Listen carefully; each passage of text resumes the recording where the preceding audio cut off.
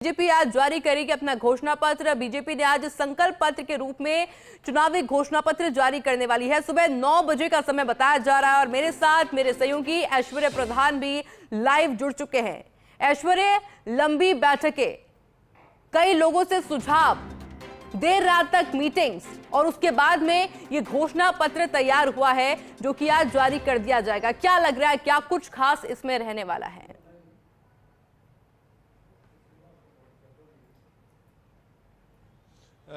आयुषी, यदि मेरे से सवाल पूछ रहे हैं तो उत्तर यह है कि आज का जो घोषणा पत्र है, प्रधानमंत्री नरेंद्र मोदी जिस घोषणा पत्र को लेकर जनता के सामने भारतीय जनता पार्टी की इस बार की नीतियों को सामने रखेंगे कि किस तरीके से भारतीय जनता पार्टी की सरकार यदि केंद्र में आती है तो आम लोगों के लिए क्या मिलेगा, खास लोगों के लिए यानी सभी वर्गों को कैसे स्पर्श किया जाएगा।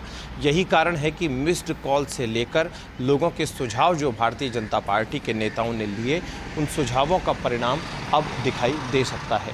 और सबसे बड़ी बात यह है कि प्रधानमंत्री मोदी 4 जातियों की बात करते हैं, युवा, महिला, गरीब और किसान। इन चारों जातियों को क्या कुछ लाभ दिया जा सकता है, ये भी देखा जाएगा। प्रधानमंत्री मोदी के घोषणा पत्र को लेकर हम बातचीत करते हैं। प्रधानमंत्री मोदी के घोषणा पत्र को लेकर सभी को इंतज़ार है। क्या लगता है आपको, जो घोषणा पत्र आएगा उसमें सभी तबके शामिल होंगे और भाजपा को फ़ायदा मिलेगा? बिल्कुल, इसमें कोई अतिशयोक्ति नहीं होगी कहना कि भाजपा को इसका बहुत फ़ायदा मिलेगा। प्रधानमंत्री जी का जो विज़न है, आज भारत को टॉप 3 की इकोनॉमी, टॉप 3 जो भारत की जो शक्ति है, महाशक्ति के अंदर ले आए हैं पूरे विश्व में।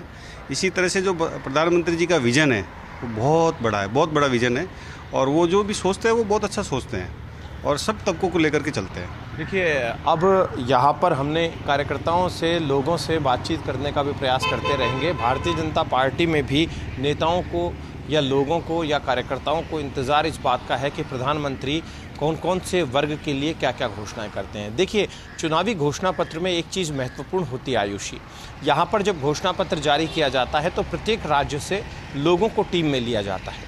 लोग यानी कि वरिष्ठ नेता जिनके पास एक बहुत अच्छा तजुर्बा है, अनुभव है, और जो अनुभव वाले नेता हैं उन्हें शामिल किया जाता है। राजस्थान से जिन नेताओं को शामिल किया गया है उनमें भूपेंद्र यादव, वसुंधरा राजे, अर्जुन राम मेघवाल और अश्विनी वैष्णव यानी 4 बड़े नेता राजस्थान से इस घोषणा पत्र में, समिति जो है इसमें जुड़े हुए हैं।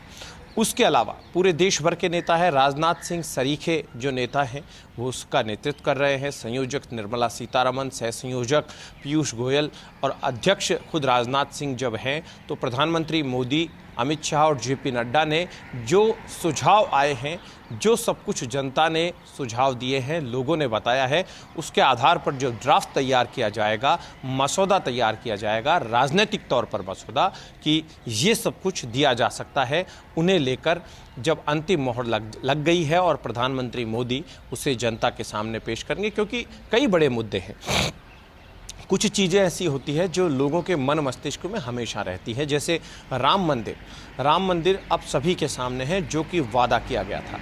धारा 370 को हटाना, जिसे लेकर भारतीय जनता पार्टी जनसंघ के ज़माने से लगातार आंदोलन करती रही, उसे हटाए जाने को लेकर पूरे देश में इस बात को लेकर खुशी की लहर भी दौड़ी। ऐसे कुछ ऐतिहासिक घोषणाएं हुई।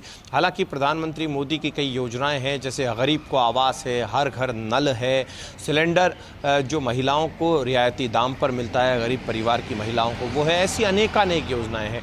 किसानों के लिए कई योजनाएं हैं। सरकार जब सत्ता में आई थी प्रधानमंत्री मोदी की तो सॉइल हेल्थ कार्ड से किसानों की शुरुआत की थी। उसके बाद धीरे धीरे करके किसानों को का बजट बढ़ाना शुरू किया। ऐसे सब कुछ सामने होते हैं, लेकिन 1-2 योजनाएं ऐसी होती है जो मील का पत्थर बनती है। और प्रधानमंत्री मोदी का जो तजुर्बा है या जो उनकी नीति है वो यही बयां करती है कि वो हमेशा चौंकाते हैं। तो इस बार प्रधानमंत्री मोदी किस तरीके से चौंकाएंगे, जब चुनावी घोषणा पत्र लोगों के सामने बताएंगे तो क्या चीज़ ऐसी नई होगी जिसे लेकर चर्चा का विषय बने, क्योंकि यही एक कारण है। बिल्कुल ऐश्वर्या, आगे भी जानकारी